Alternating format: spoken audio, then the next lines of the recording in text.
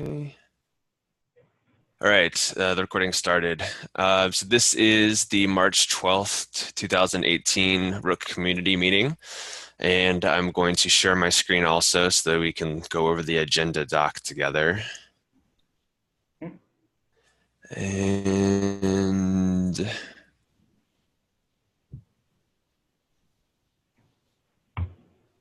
all right, can you see my agenda doc shared here? Yes. All Yep. right. Okay, so let's go ahead and get started with the items here. So the first one I wanted to discuss today was that we got the 0.7.1 release out finally. We had a number of issues to get that release out because we had to migrate our Jenkins server, our continuous integration environment, and our release build server to a new environment, which delayed the release.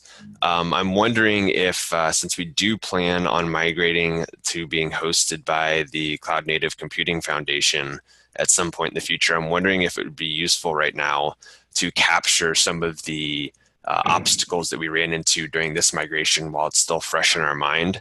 And then we'll have that as a resource the next time when we're trying to do this migration coming up to the CNCF. Bassam, do you think that has much value to try to capture some of those things right now?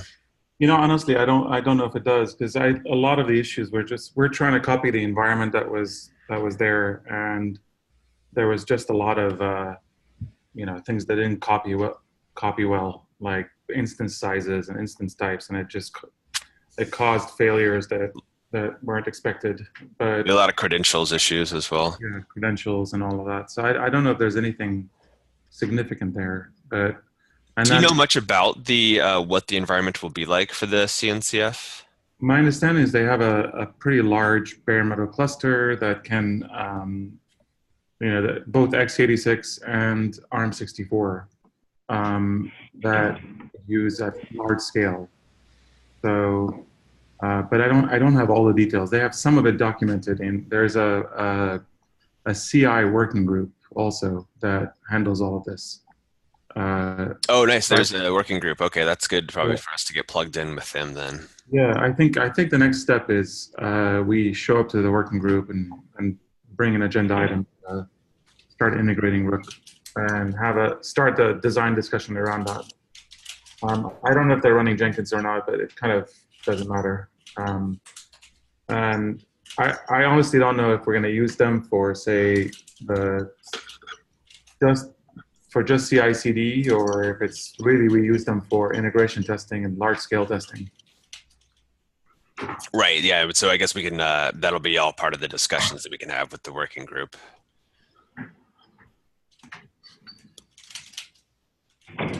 But they also test the other cool thing. Part of why there is a working group is they test the different projects all together. So Kubernetes and Prometheus and Rook and interactions between them.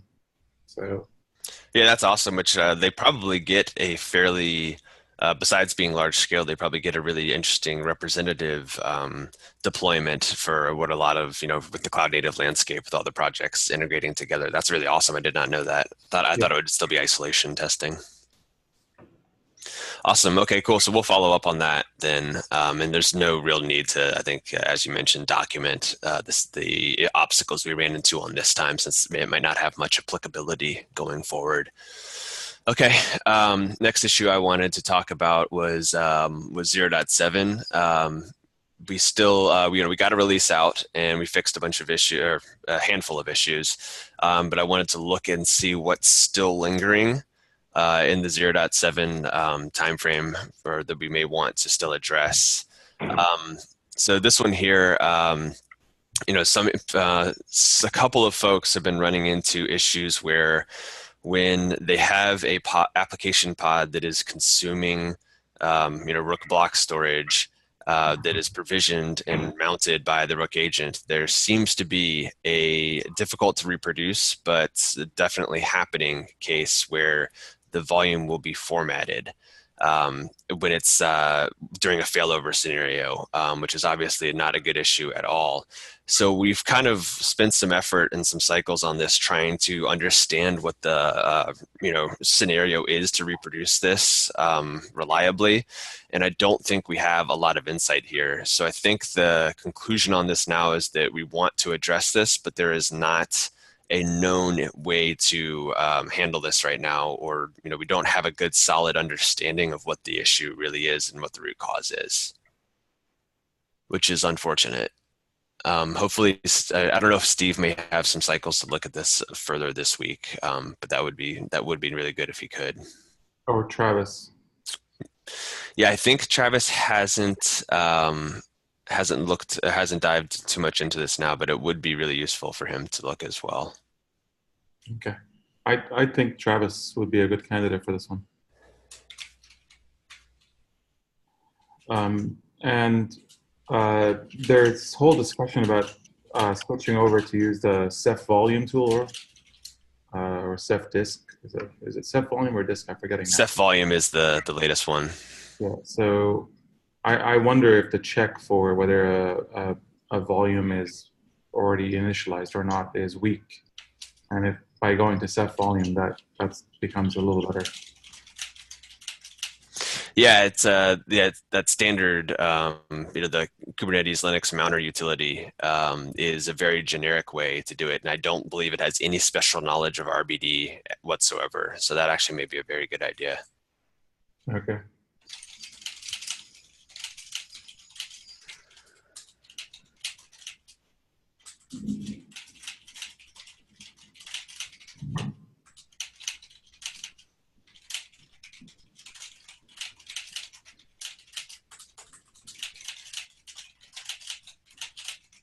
All right, there we go. And then there's one other issue that I think is a maybe nice to have, but I don't believe we need to roll another minor release for this. But a new Helm job that was added recently in the 0.7 timeframe to check if or to wait on the Helm installation from proceeding until all of the Rook CRDs have been defined by the operator. When it's running in a Kubernetes environment that has an invalid semantic version for Kubernetes, it chokes on the comparison that it's trying to do, so the Helm job fails. We've seen a couple instances of this, and but it's not very widespread because you do need to have an invalid semantic version set for Kubernetes for this to reproduce. But I'd like to keep tracking this as a nice to have. I did not put it in the milestone, but I put it on the board here for 0.7. So if we do another minor release, we could pick up this fix as well. The fix is not currently defined yet for exactly how to handle that. So Tim Jones, I believe, is going to be following up on that for us. Okay, great. All right. So that's everything in 0.7. 0.8, I don't know if we could take a look at the project board real quick, but it would be nice to have some more of the major contributors here, which we're missing Travis and we're missing Alex today. So I think that there's not going to be a ton of value that we're going to get out of this, but perhaps highlighting some of what's in progress will be useful. So the first item here in progress is, on my plate, and I've been working on that for, the design for how we're going to properly enable more storage backends. And so that's very applicable to, the Nexensa guys that are on the phone right now as well. So we'll continue driving that. That's a high priority. And we really want to enable, other integrations. So we'll keep focusing on that. Jared, what is your, when do you think you'll have a draft design out for review? I want to have that early this week, honestly. Okay. I think that, you and I have been having some good discussions about the direction to take it. And so I want to have a draft out for the community early this week. Okay. That's my highest priority thing I'm on right now. That would be great. Yeah. So this next item here, 1440, Bassam, do you know of a time frame for when the CNCF it wants us to enable this badge, or do you know the scope of work associated with it as well? I have not looked deeply into this at all. I don't know the timeline. I know it was a requirement. I I think it takes lower priority than the other designs, but we'll just put it on the back burner for a little bit. Yeah. Okay. Yeah. It's assigned to me and it's on this board now, so we're tracking it at least, and we'll get to it. When the other higher priority things have been addressed. Um, I think Travis is getting back to this soon for removing the deprecated API server and command line tool. Hmm. He is a good candidate for that since he knows all of the changes that need to be made to our integration tests that are relying on it right now. So I think that's in good hands. And it looks like RootFS Yeah. Wyman has taken on the work to split the OSD pods into having one pod per OSD. So it looks like we're getting more Red Hat contributions now for the 0.8 milestones. That'll be really useful to have their expertise on that as well. Yeah. Have you had a chance to review the design? Yeah, I looked at it really quickly, and then Travis got some comments on it before I could. But the design was the overall assessment of it for me was that it was not very well fleshed out. It was very terse and cursory. So I'd like to see Okay. some more thought put into that, especially if it's a long-term design document that should serve as kind of documentation for how the Yeah. architecture works. So I don't think it's quite to the level that we would want before we merge it, honestly. Great. Okay. Let's see if there's anything I can think of that's really important to mention in the to-do column.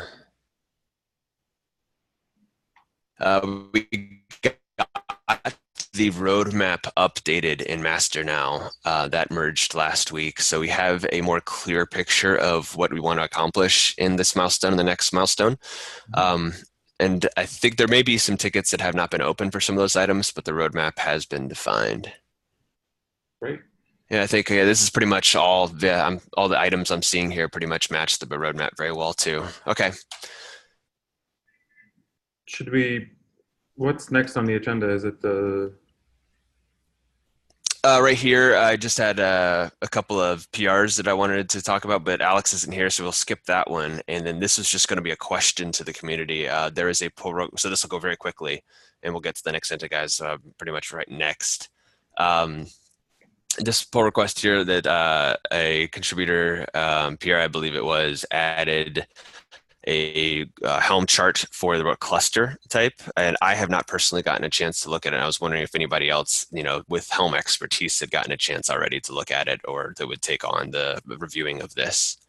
I'm happy to take a my, look at my it later on. general thought, and I'd like to respond in a PR, but my general thought about this is that, is there going to be a Helm chart per object that we define? That seems like at least I don't understand why we would do that yet. Um, Why we would do a chart per type or a Let's cluster say, chart? will there be a Helm chart for, say, let's say a file system or an object store? Right. So do you think that I see a distinction between the usefulness of having a cluster chart versus implementing all the other ones? I think that there's still value in having a cluster chart before we take on the one-to-one chart to type mapping commitment. And the value is, Um, all the folks that are using Helm for their deployment process to be able to integrate more easily with them because we have one for the operator and that just gets the operator and agent running and you don't have a useful cluster at that point. So I feel like it's a more complete solution for folks using Helm to deploy to also have be able to finish with a cluster that's up and running and ready. yeah, my biggest hesitation is that if we wanted to push our Helm chart up to the stable repo for Helm, um, then creating a small chart that just installs the operator gives us a lot of leeway in terms of versioning types and all of that stuff. If we now have to, um, push things like cluster and other types into some other repo upstream, then it becomes a really hard thing to go version every time. So I'll put some comments in the pull request, but that's kind of my concern about it. Okay, yeah, and I'm not very familiar with the process for getting Helm charts into stable repos and how that also maps to general project stability of if Rook itself is alpha or our types are alpha, then I don't know how that maps to the Helm chart Yeah. itself. So yeah, okay, adding that comment sounds useful. All right, so we can move on to the community topics here. And then Travis is not here, oops, for his request to move the meetings. So I think that he's made that request known, I believe, and he wanted to know your opinion on it as well, Bassam, about if Tuesday would work for you or anyone else in the greater community. Uh, Generally, yes. Can is rook dash dev the alias now? Do we need to create a new one? Yeah, that's what I have on my list after the discussion this weekend. That I believe a new alias or mailing list would probably be pretty beneficial. Okay, because you can also just post on something like that about time slots. Tuesday's fine with me. I don't know who else. If I, you might want to ask around Slack if that's a reasonable time. Yep. Okay. Yeah, I wanted to get understanding from the rest of the maintainers, and so it sounds like we can do it, and the community will need to weigh in as well. Okay. So I think we're ready to go ahead and start talking with Dimitri and his team here about Nexenta. So Dimitri, do you need to share your screen or any resources, or do you just want to start talking through what Nexenta offers and the deployment of it and all that sort of stuff? Yeah, I think it makes sense to share my screen. I don't want to do a big presentation, but maybe like few slides, and so that you guys have kind of better understanding what Nexenta Edge is. Um, so if you share my screen, then I can essentially. Yeah, let me see if I stopped sharing mine, so that may give you the ability to share yours now. I'm looking to see now if I have any ability to just give it to you, but I guess we can both be looking at the same time. Yeah. Oh, there you go. Okay, I can see your screen now, so you've got it. Sounds good. Let me just do this slide. You should see this on full screen. Yes, that looks good to me. Okay. So just really quick, maybe 5-10 minutes kind of presentation. What is this Nexenta Edge? So it's kind of next generation architecture for the storage. So it's scale out, same as Ceph. It's also multi-service, it's multi-tenant, but it's built on quite different architectural decisions, and one of them is essentially immutable metadata and data, and the other one is dynamic data placement. So in essence, Nexenta Edge provides similarly object, block, and file. As object, it can be essentially S3 or Swift. It's a very high performance, low latency. Like for instance, we have support for extended S3 primitives where you can get access at the lower granularity than 4 megabytes or 5 megabytes, what S3 dictates.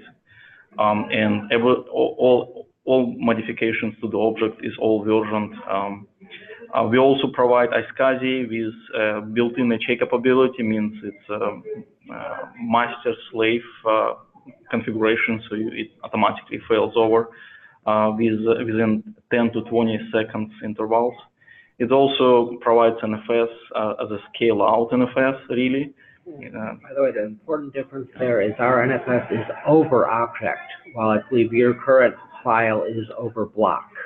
Right. So the NFS is indeed over object. So every file which is created in NFS is basically visible as an object, and vice versa. So it's fully transparent. Out of the functionality, like a top level, high level functionality, so to speak, Nexenta Edge provides, interestingly, global deduplication. It's not at the level of OSD, it is actually global, means we have global indexes spread out across the cluster. And what's interesting about our particular design is that typically if you have deduplication, there is a performance impact on the index lookup. In our case, because we do not have metadata designated metadata servers, the more kind of disks and hardware you add to the cluster, the faster indexes will work. So deduplication will not slow down, but actually will speed up. Similarly, with compression is also done not at the level of OSD, but at the higher level, at the networking level. Therefore, it's more efficient for the networking transfers. We also have interesting approach to how we're doing erasure encoding.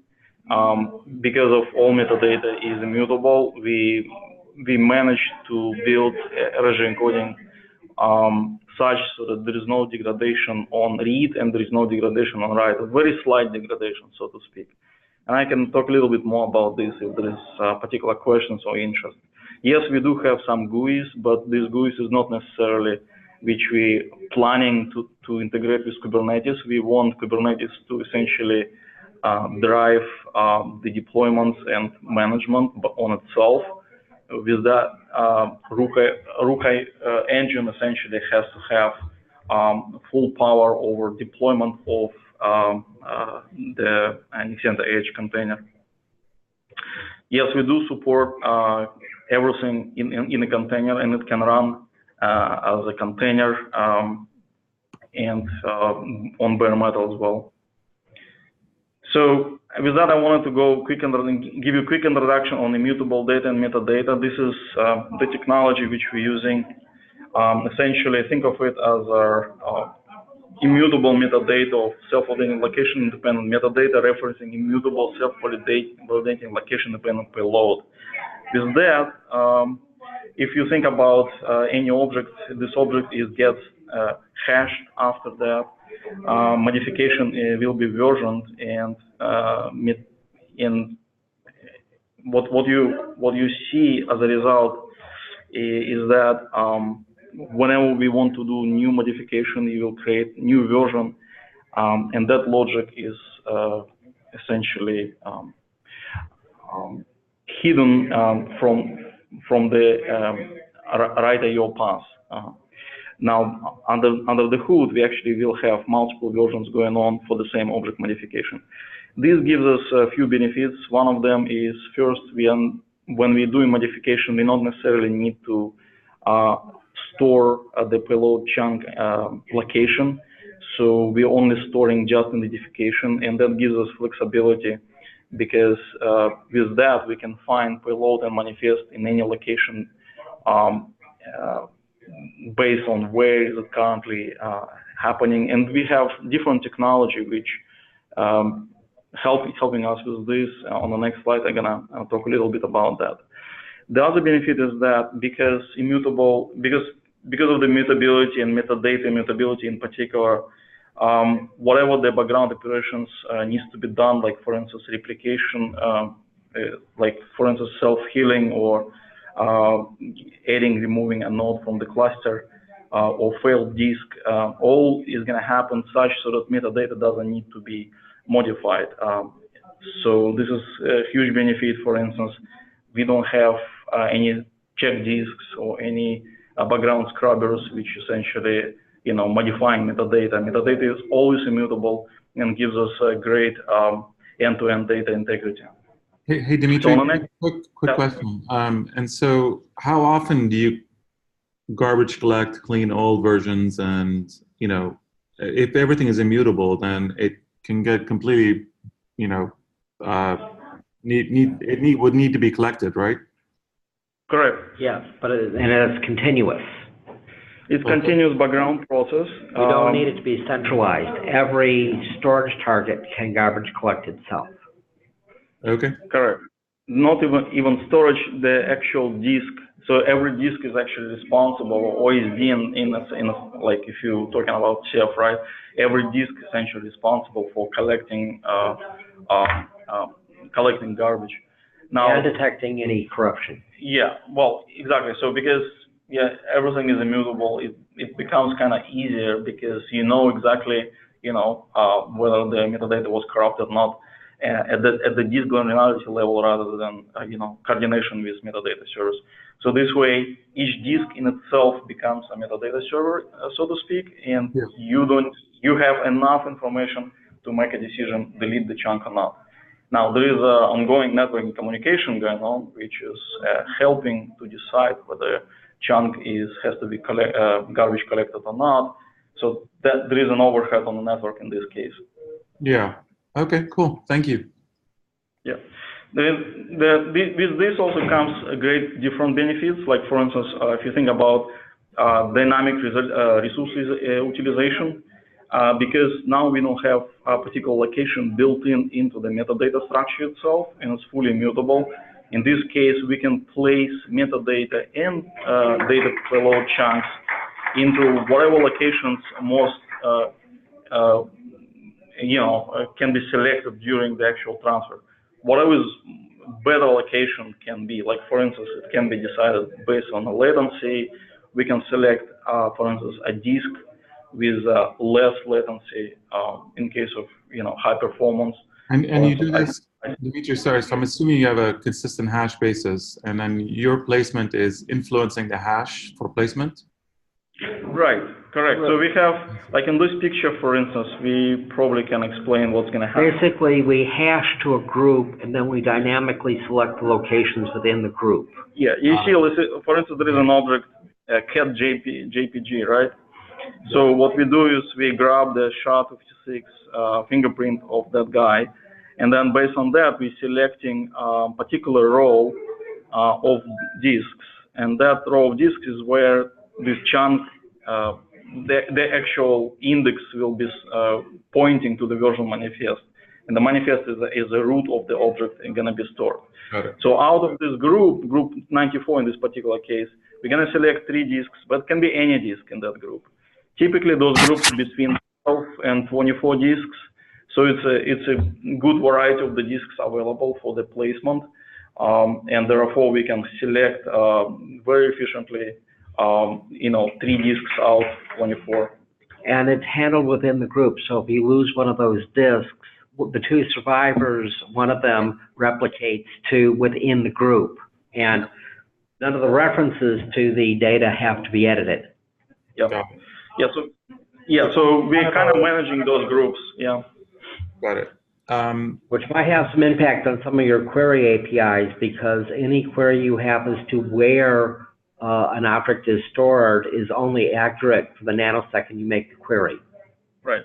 Because we don't guarantee that we won't decide to move it right after that. Got it. And sorry, go ahead. You have a question. Do the disks in a group peer?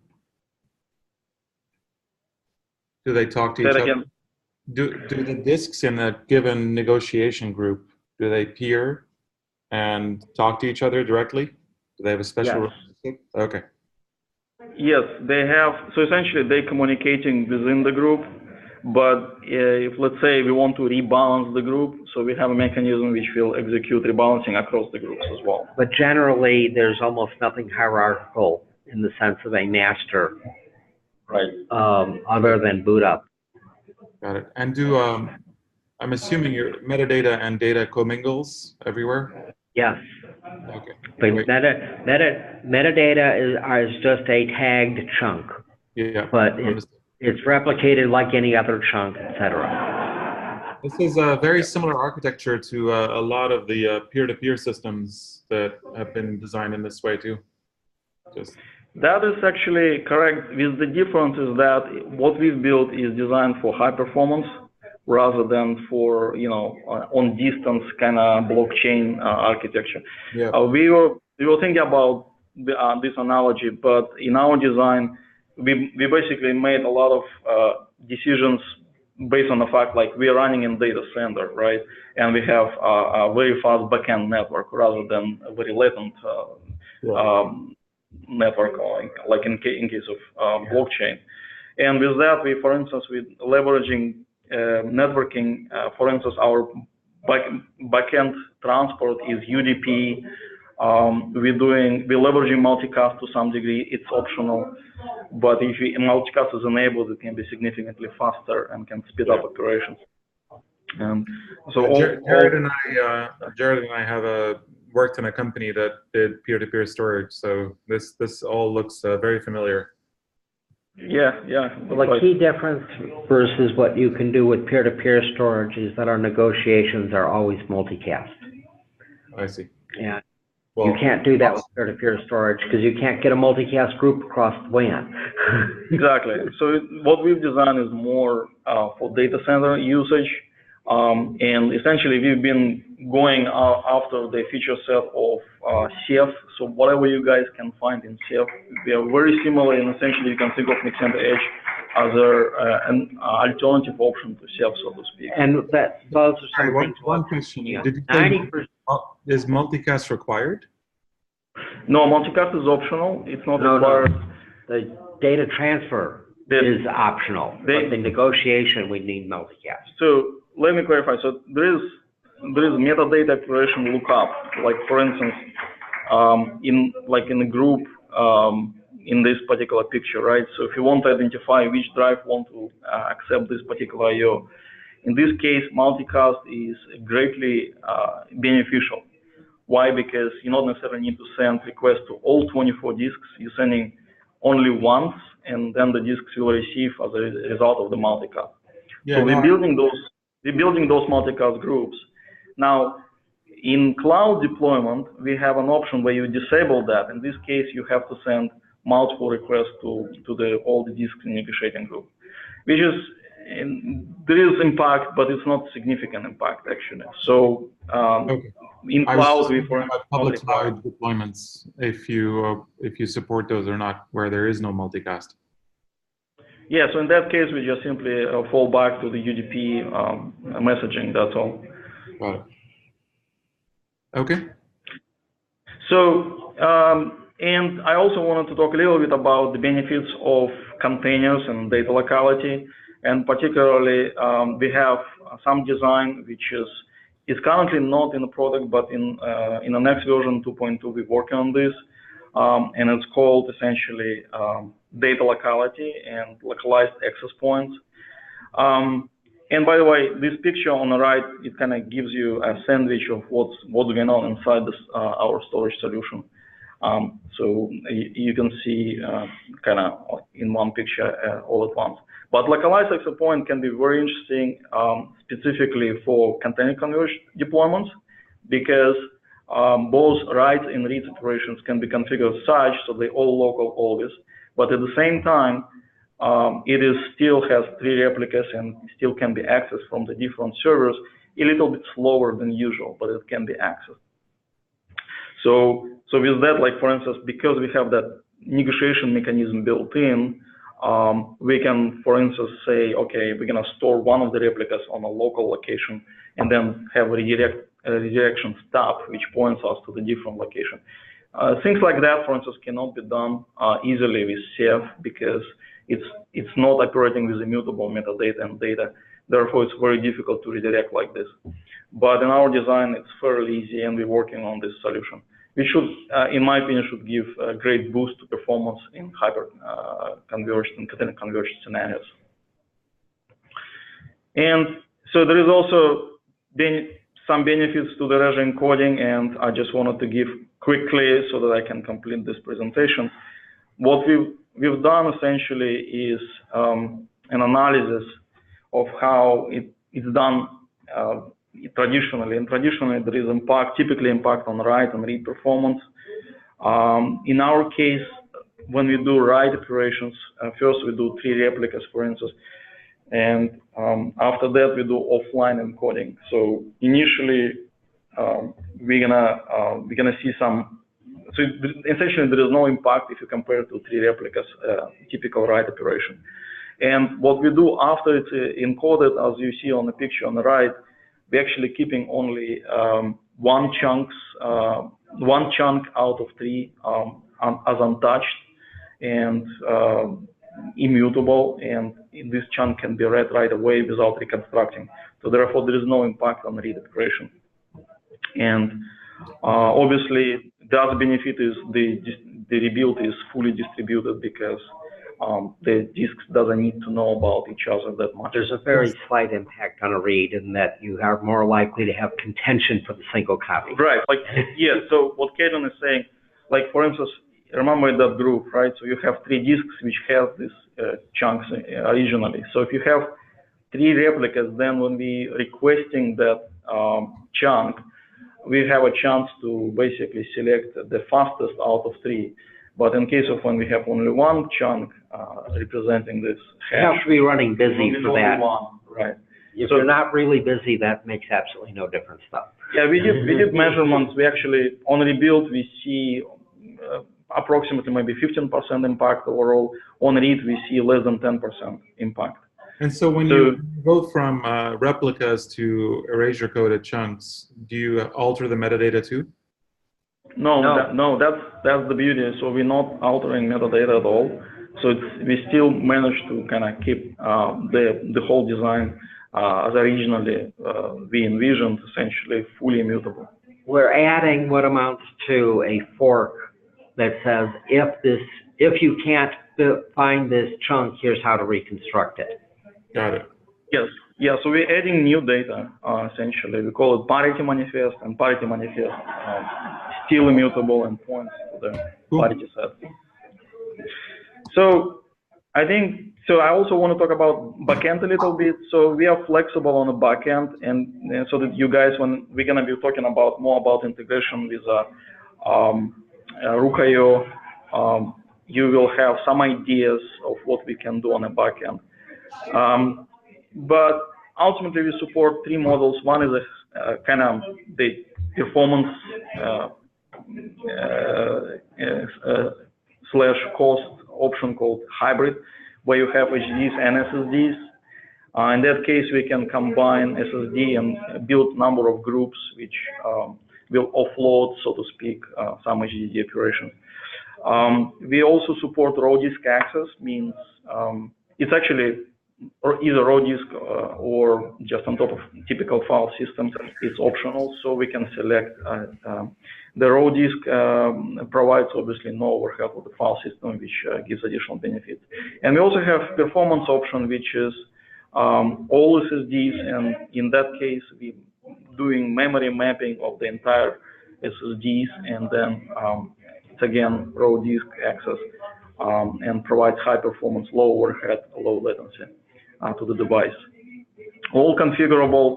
Configuration typically done through the JSON files, and requires restart of the container. And I guess that's it. There is another one. It's probably more detailed than you want to hear right now, and I just quickly just go through this and just point to this table. We also have advanced S3 mechanism, which is more designed for machine learning and artificial intelligence applications, where you need like a very fast load, for instance, of the data set very often, and also additional versioning capabilities. So we did some analysis versus AWS S3, and what we're providing is there are great benefits to over the S3 and Azure Blob. Like for instance, we support bucket snapshots, object snapshots. We also can build a key value database as object, and we support arranged writes. This is one of the interesting functionalities.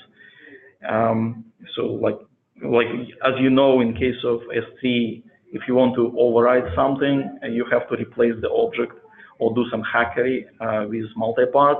In our case, we provide clean arrange writes mechanism where you can actually modify, and it still will be versioned. So all that basically constitutes my slides today. So if you have particular questions, I can go over, or obviously I'm on Slack as well, so you can ask my question directly. One question that comes up for me is, what are the different roles in your deployment? So you have a storage node. What other kinds of nodes do you have?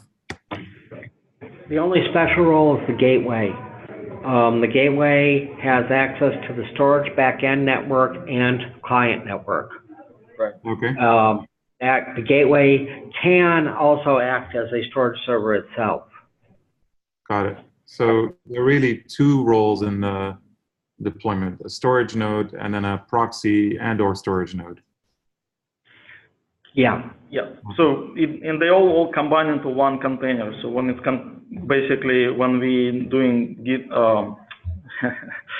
Docker pull, we essentially just pulling one container, and this one container will have based on configuration. Yeah. There's basically whether or not we give you access to a client network. If we don't give you access to a client network, you never activate the gateway code.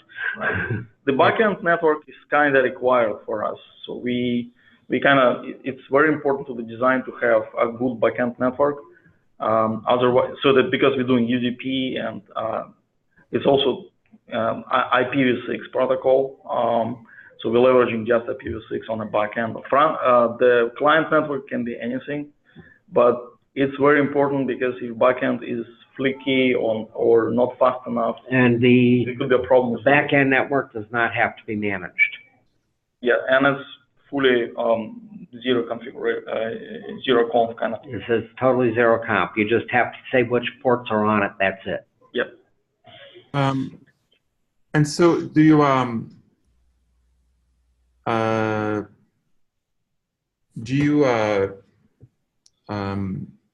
have you ever run on the Kubernetes networking before? Cluster networking? Yes, so we using Contif primarily for our networking. Contif works well as well as the Open vSwitch. If you do the essentially just manual Open vSwitch configuration, no problem whatsoever. As long as the networking provides IPv6 for the backend network, there should not be any problem in deployment. Yeah. Okay. It shouldn't matter, what container networking plugins would be deployed, like if it was Weave or Flannel, or if that happened to be deployed as well. If that's deployed, then we will need to disable some functionality, but it's possible to run on top of those as well. It's just a matter of what's more, optimal, and we typically, whatever you, whatever basically user will end up using, it has to provide IPv6 network. If IPv6 is not enabled, it will not install. Right, and IPv6 is a requirement? For the backend network, IPv6 is a requirement. Right. We do not necessarily need the general architecture to provision the backend network. The client networking side is totally generic, but if customers have to provision the IPv network separately, that's acceptable to us. I don't believe IPv6 is supported on Kubernetes. It's supported in the Contif framework. So and that's what we typically recommend for the backend. You just deploy Contif on Kubernetes, and then you get IPv6. But that limits. I don't believe. I mean, that severely limits where this can be deployed. Yeah, you're right. We particularly do not want to go into the minimalistic small deployments. We're actually more interested in a data center high performance deployments. And indeed, it will limit usage, but it's purposely limit usage. We purposely don't want to deploy in all possible configurations. We want a good backend network and good experience at the end. So help me understand the requirement. Why do you need IPv6? Because it's zero conf. Yeah, to leverage zero configuration. We're using IPv6 addresses based on the MAC addresses. We do not have DHCP or anything like that. Have you considered just like for a Kubernetes-like deployment, you can get pretty close to zero conf. Cluster IPs handed to each pod. You don't need to do anything for that. You just basically, every pod is going to get its own IP address. Have you considered optimizing for a Kubernetes deployment where you don't need an IPv6? Yeah, so yes, definitely consider. And but at the same time, I also heard that Kubernetes guys working on adding full IPv6 support. So to some degree, at some point, we will have both, right? If you work on this additional functionality, we can have support for IPv4 as well. But at the moment, it's just IPv6. So, like for instance, if we're going to be using this year, it's most likely going to be just IPv6. And for user, we will be requiring a particular backend to execute upon. But we would need a separate MAC address because we're doing low-level PF ring filtering. Yeah. But if, let's say, if Kubernetes will provide all that, automatic configuring of IP addresses, right, for instance. No, I'm talking about the fact that the PF ring is separating our traffic from the general TCP traffic. And yes. we don't get the general TCP traffic in our queues.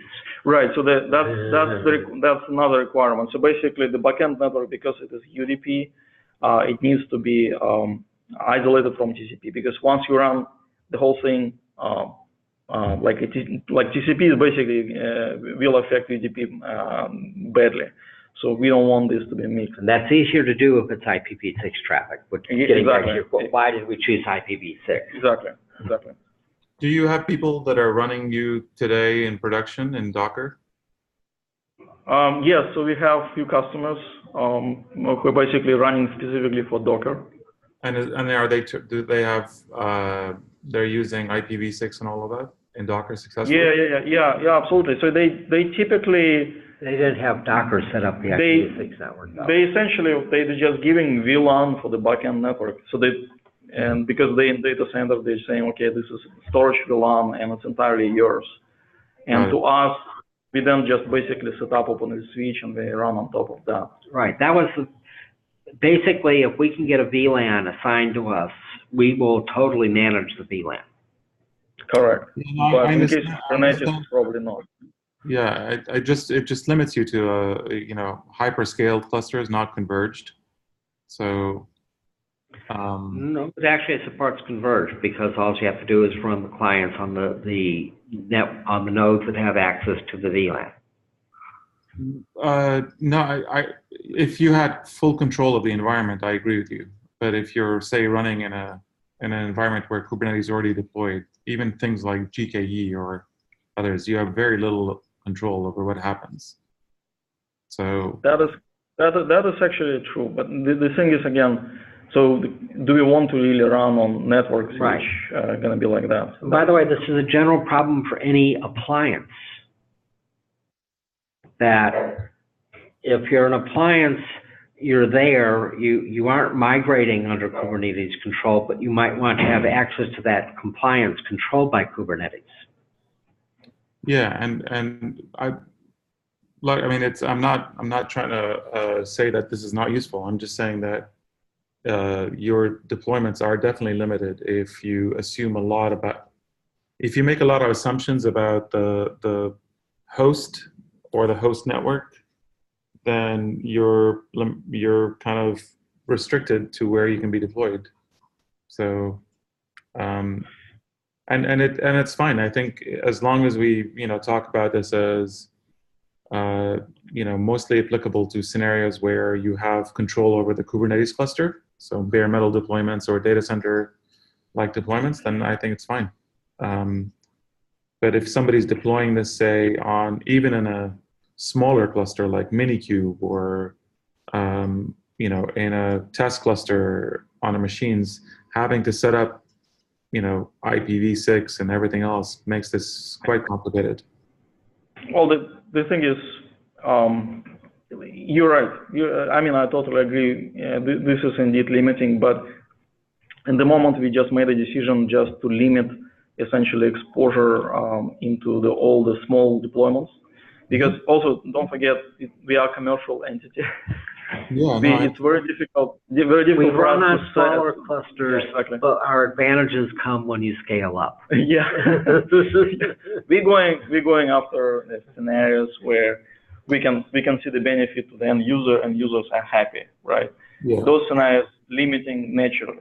Well, so one thing that you might want to think about is for smaller deployments, you can sacrifice performance. But still work. And then, if you want performance or scale that you have to do certain things. I think actually a similar And property. we're doing, So if you wanted performance out of Ceph, you probably need to create a separate backend network between OSTs, for example. Yep. Um, Yes. and Yes. so, but as it currently stands, you could deploy Ceph without it, and it still works fine. But if you want it, you have to do work to get performance. So that's a nice property, I think. Yeah. Yeah. Absolutely. I mean, So if you're not we have gonna a few more configure minutes. correctly, it's not gonna perform, right? So it has to be We have a configured few more correctly. minutes. Maybe it's best to talk about next steps in terms of design. I think would be great if you guys and us can work on a design doc around how to get this up and running. So Jared's working on his backend design for our CRD objects and all of that. Would be great to see what the CRDs look like for Nexenta in a design doc and talk about all the issues we hear. Dimitri, who on your side wants to lead that work? I will. So it's gonna be Caitlin. We definitely want to participate in this design. Obviously, as you see, there are requirements here and there at the moment of the product. Yeah. The other thing is, I wanted to suggest phased approach. So we support everything, right? We support file, object, and block as well. The easiest to get going, maybe for 0.8 milestone, if you get there, would be object. So if you just start with object and basically just say file and block will come later, I think that's a good idea. Well, and the key thing that we have to figure out how to address in the long run is that our file is built on top of object, right, which is different than the file that you have in your current model. And it just does mean we're introducing a new type of file system or what?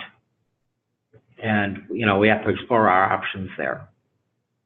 Sounds good. Let's take this all to a design doc. Maybe the next step would be to start creating a Google Doc that has some of this stuff in it, and then start defining these types. Maybe starting with the object store, and then let's kind of iterate there. Does that make sense, Jared? Does that?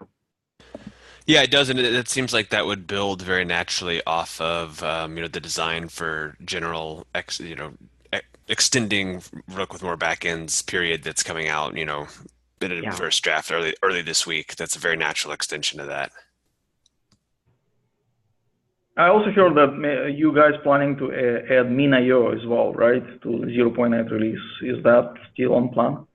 We haven't talked to them yet. We're planning to talk to them. Oh, okay. Okay. Yeah, that's not. I don't think the plan is very concrete there yet. Got it. Yeah. So okay. So once so my understanding is it's going to be designed for the backends completed this week, right? Then we can take a look together, and we will add additional document design specifically talking about Nexenta Edge backend, right? Yes. Yeah, I think the two big things are, defining what a developer would need to do specifically to, add another backend to Rook, which is on my plate, and that'll be there. And then having a better understanding of the deployment requirements for Nexenta, like what components need to be deployed, where do they need to be running, how do they need to be managed, all that sort of stuff. Having a better understanding of that will complete this picture for us, I think. Okay, got it. All right. And thanks a lot for sharing with us today, Dimitri and Caitlin. That was very informative and very useful to be able to understand Nexenta better. So thank you very much for sharing that with us. Yeah, this was great, and it looks like a really powerful system. So thank you. Thank you, and good feedback, guys. Yeah, I really appreciate it. And I hope I trust you can see that the overlap with Ceph is high. So coming up with some abstractions should be very doable. Yeah. Great. That's great, Caitlin. Thank you. Thank you, guys. Thank you. Bye. Alrighty, so that was the end of what we had on the agenda, Doc. I see that Alexander has joined in with us as well. Alex, did you have anything that you wanted to discuss today in this meeting? Hi guys. Well, kind of the non-stateful set thing where I kind of got to the point where it would work if we would terminate the mons gracefully. So I'm currently looking at the code, so I'm still looking to see how simple it would be to implement that every component would be gracefully terminated and not, as it is right now, instantly terminated. Now, is that just about the signal propagation? Kind of. So I thought that I can just add, after the running of the sevmon command, just add a, hey, remove this mon, and we are fine. And then maybe add a check to the operator, so we just to get it running with that. But yeah, well, I kind of run into that it's not working like that because there is no signal handling happening, at least in the mons. Yeah. And do you know what would need to be changed to support that, Alexander? I think we need to do something like in the operator, as we already have some, or I think it was the operator where we already have the latest pull request that went through by, I think it was Ilya, or what her name or his name is. That simply added a stop channel to everything. So it's, I think in that case, more of a question how simple it is to give the executor the stop channel. Because if the executor and the overall code would have this stop channel and I can react on it, we have what we would need for that. I thought that stop channel had to do with the just the operator level and had nothing to do with the daemons themselves. Is that? But you have a need for being able to gracefully stop the daemons, right? Yes. I also, overall, it would be better to stop the daemons gracefully and not just kill them. And this is during a failover, or what? When exactly is the graceful termination come into play? When the monitor is moved to another node, at least then.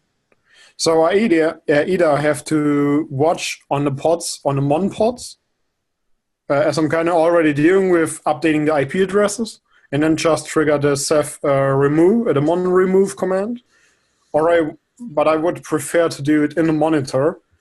And as I said, overall, adding graceful termination to the components would be a huge thing to do, especially in the executor overall, because I think we use the executor everywhere where we run a component. That would be good. Okay, I think I understand what you're saying. Do you have the discussion of this on your PR so we could take it offline or take it to that? The discussion with the graceful termination? Or? Yeah. I have not added a comment about it in a pull request. As I'm kind of busy right now. Yeah, absolutely. Yeah, just if there is some like a specific request or like an idea about how to implement it that we can weigh in on, then having it documented in that PR would be perfect. We can weigh in on it there. Sure, I go ahead and create an issue for that to overall, as I said, handle graceful termination of the components. That sounds great then. Cool, Alex. Thank you very much, man. By the way, anything else that got said before I joined in? That is important to me, especially? Yeah, the agenda doc will get updated with some more comments that we talked about, and the recording will be up too. But I don't think you missed anything huge. Okay. I don't think so. We spent a good amount of time today talking about integrating Nexensa and what that would take. And so that'll all be on the recording as well. Okay, nice. Okay, I'll take a look at that recording. Alrighty, well, thank you very much to everyone for joining today. I appreciate it, and I will make sure the agenda doc gets updated with some more comments from the discussion today.